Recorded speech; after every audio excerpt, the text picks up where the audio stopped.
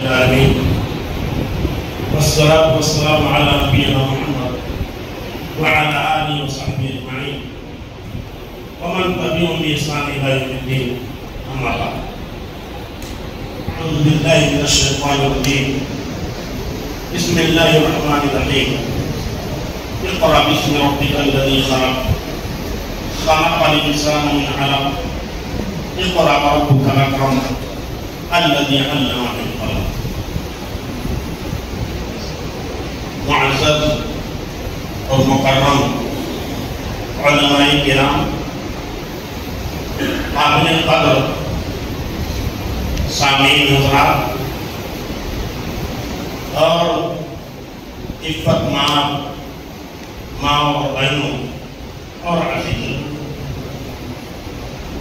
ابھی تک آپ لوگ علماء کرام کے خطابات سے محظوظ ہو رہے تھے۔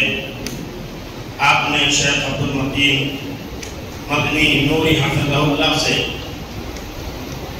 تقوی اور خوف خدا کے حوالے سے، قرآن و حدیث کے حوالے سے کچھ باتیں سنی۔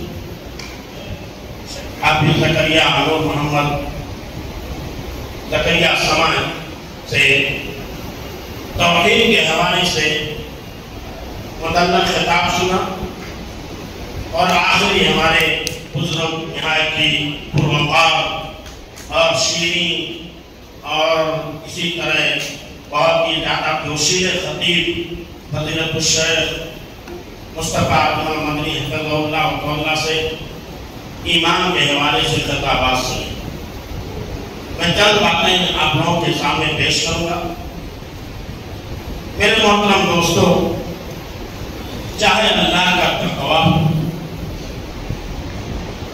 چاہے توحید اور عقیدے کی معرفت ہو، چاہے ایمان کی معرفت اور جانکاری ہو اور ایمان کی حفاظت ہو، ان تمام چیزوں کے لیے ضروری ہے کہ ہمارے پاس قرآن و حدیث کا علم ہو۔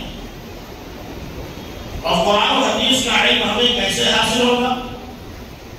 ظاہر سی بات ہے، قرآن جب ہم سمجھ کر پڑھیں گے، اس کی تفسیروں کو پڑھیں گے، اپنی اولاد کو قرآن پڑھائیں گے، اس کے معانی و مفاہیم سمجھانے کی کوشش کریں گے، احادیث کو پڑھائیں گے اور پڑھیں گے، تو ایسی صورت میں ہمیں علم کی معرفت حاصل ہوگی، توحید کی معرفت حاصل ہوگی، ایمان کی معرفت حاصل ہوگی اور اللہ کا خوف حاصل ہوگا۔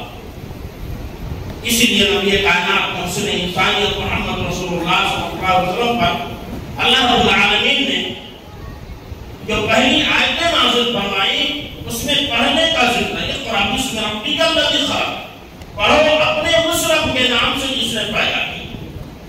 یہاں یہ نہیں کہا خالی پڑھو، بلکہ توحید کی بات بتلائی، یعنی اس ذات کے نام سے پڑھو جس نے تم کو پیدا کیا ہے۔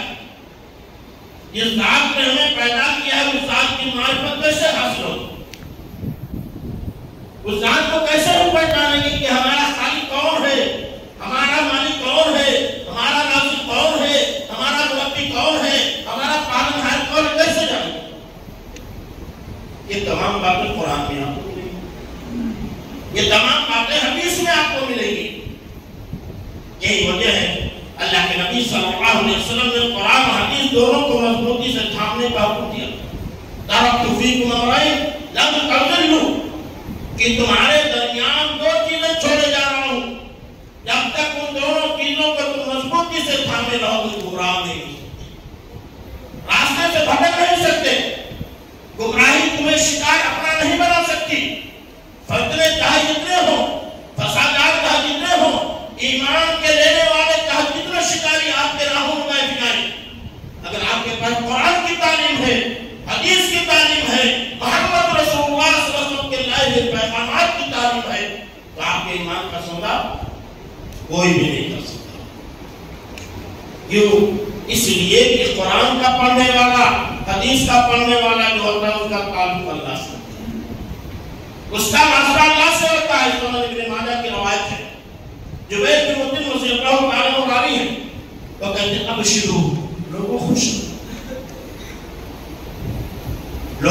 ہو جاؤ، بشارت کو سن لو۔ کس بات کی بشارت؟ فَإِنَّ هَذَا الْقُرْآنَ طَرَفُ بِيَدِ اللَّهِ وَطَرَفُ بِيَدِكُمْ۔ یہ قرآن جو تمہارے سامنے موجود ہے، تمہیں اللہ نے دستور حیات کے طور پر دیا ہے، اس کے اندر تمہارے لیے ہر چیز کی چیزیں موجود ہیں، تمہاری کامیابی کا راز مضمر ہے، تمہیں بہترین راستے کی جانب رہنمائی کرنے والا ہے، ہلاکت و بربادی کے راستے سے تمہیں دور لے جانے والا ہے۔ اس لیے کہ قرآن سے جس کا تعلق ہو گیا اس کا تعلق اللہ سے ہو گیا۔ فَإِنَّ هَذَا الْقُرْآنَ طَرَفُ بِيَدِ اللَّهِ، یہ قرآن اس کا ایک سرا اللہ کے ہاتھ میں ہے، وَطَرَفُ بِيَدِكُمْ، اور دوسرا سرا تمہارے ہاتھ۔ گویا کہ رسی کے تو سرے ہیں، ایک سرا اللہ کے ہاتھ میں ہے، دوسرا سرا ہمارے ہاتھ میں ہے۔ ظاہر سی بات ہے اس رسی کو اللہ نے تھام لیا ہو اور جس رسی کو ایک بندہ نے پکڑ لیا ہو، وہ بندہ گمراہی کے راستے پر نہیں جا سکتا، گمراہی کا شکار ہو ہی نہیں سکتا۔ کیوں؟ اس لیے کہ اس کا تعلق اللہ سے، اس کا واسطہ اللہ سے ہو گیا۔ تو کہا لن تضلوا، کبھی بھی گمراہ نہیں ہو سکتے، کبھی بھی گمراہ نہیں ہو سکتے جس نے اس کتاب کو تھام لیا اور جس نے اس کتاب کو مضبوطی سے پکڑ لیا۔ تو قرآن پڑھیے، پڑھائیے، خود پڑھیے، خود پڑھائیے، بچوں کو پڑھائیے، عورتوں کو پڑھائیے، تمام لوگوں کو اس کی تعلیم دیجیے۔ انشاءاللہ قرآن ہمارے لیے تمام مصیبتوں اور بلاؤں سے نکالنے کا بہترین ذریعہ بنے گا، بہترین واسطہ اور ذریعہ بنے گا۔ تو میرے محترم دوستو، اللہ رب العالمین نے اسی بات کی تعلیم دی، اقرأ بِاسْمِ رَبِّكَ الَّذِي خَلَقَ، پڑھو اپنے اس رب کے نام سے جس نے تمہیں پیدا کیا۔ تو یہاں رب کی معرفت دی جائے، رب کی جانکاری دی جا رہی ہے، اور رب کی معرفت اور جانکاری ہمیں قرآن سے ملے گی، حدیث سے ملے گی۔ محترم سامعین کرام، قرآن پڑھنے پڑھانے کا سلسلہ چل رہا ہے، ہر جگہ ہر مسجد میں چل رہا ہے، ہر جگہ اس کا دور ہے۔ الحمدللہ ایسے لوگ بڑے ہی خوشخبری کے مستحق ہیں، ایسے لوگ بہت ہی نیک ہیں جو قرآن پڑھتے پڑھاتے اور اس کی تعلیمات سے لوگوں کو آگاہ کرتے ہیں، خود جوڑتے ہیں۔ محترم حاضرین گرامی، یہ سرف اکیڈمی جس کے بین آپ کو انعام ہوا ہے، یہ سرف اکیڈمی اس کا بھی مقصد ہے قرآن کی تعلیم کا عام کرنا، حدیث کی تعلیم کا عام کرنا۔ جو لوگ کالج میں پڑھتے ہیں، یونیورسٹی میں پڑھتے ہیں، یا جو لوگ پورے ہو چکے ہیں، ڈاکٹر بن چکے ہیں، انجینئر بن چکے ہیں، انہیں دینی تعلیم حاصل نہیں کرنے کا موقع مل پایا ہے، اس کے لیے سرف اکیڈمی نے ایک پلیٹ فارم مہیا کیا۔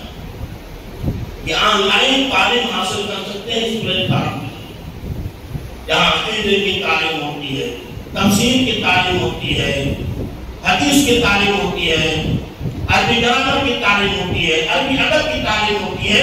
یہ تمام چیزیں اس پلیٹ فارم سے آپ کو مل جائیں۔ جو بھی مرد و خواتین اس سے جڑنا چاہیں، جڑ کر کے ہم حاصل کر سکتے ہیں۔ تو اسی مقصد کے تحت اس پلیٹ فارم نے یہ کام کرنا شروع کیا تاکہ لوگوں میں قرآن کی تعلیم عام کی جائے، لوگوں میں نبی کریم صلی اللہ علیہ وسلم کی سنت کو عام کیا جائے۔ اور یہی نہیں، بہت ساری چیزیں یہ انجام دے رہا ہے۔ باقاعدہ مسابقے بھی کرواتا ہے، قواعد الاربع، اصول ثلاثہ، کتاب التوحید، ان تمام کا یہ سرف اکیڈمی جو ادارہ مسابقے کروا چکا ہے اور لوگوں کو انعامات بھی دیتا ہے۔ اور اس سرف اکیڈمی سے ہزاروں نہیں، 50,000 میں لاکھوں کی تعداد میں لوگ فائدہ اٹھا رہے ہیں، لاکھوں کی تعداد میں لوگ فائدہ اٹھا رہے ہیں۔ تو اس ادارے نے اب یہ کوشش کی ہے کہ مسجدوں میں بھی پروگرام کیا جائے، لوگوں کو بھی اس محنت میں جوڑ کر کے انہیں بھی دینی تعلیم اور دینی دعوت دی جائے اور انہیں بھی اس پلیٹ فارم سے جوڑا جائے۔ میرے محترم دوستو، وقت نہیں ہے، اللہ بہت ساری باتیں ہوتی، اللہ سے دعا ہے کہ بارے آج کا جو پروگرام ہوا ہے، جو خطابات ہم نے سنے ہیں، ان پر ہمیں عمل کرنے کی توفیق عطا فرمائے۔ رب العالمین ہمیں اپنے تمام معاملات میں مخلص بنا، ہمیں قرآن و حدیث کی پابندی کرنے والا بنا۔ رب العالمین جو بھی ہم سننے سے زیادہ ہمیں اس پر عمل کرنے کی توفیق عطا فرما رب العالمین. تو ہم تمام لوگوں کو نیک بنا دے، صالح بنا دے. رب العالمین ہماری حاضری کو قبول فرما دے، ہماری مغفرت فرما دے، ہماری خطاؤں کو معاف فرما دے. رب العالمین اس طرح کے پروگرام میں ہمیں زیادہ سے زیادہ حاضر ہونے کی توفیق عطا فرما اور ہم علماء کرام کے خطابات سے محظوظ ہونے کی توفیق عطا فرما. آخر میں ہم تمام علماء کرام کا شکریہ ادا کرتے ہیں اور تمام سامعین کا شکریہ ادا کرتے ہیں جنہوں نے اپنا قیمتی وقت ایک پروگرام کے لیے دیا. اللہ تعالیٰ تمام لوگ کی قربانی کو قبول فرمائے. ربنا تقبل منا انك انت السميع العليم وتب علينا انك انت التواب الرحيم. واخر دعوانا الحمد لله رب العالمين والسلام عليكم ورحمة الله وبركاته.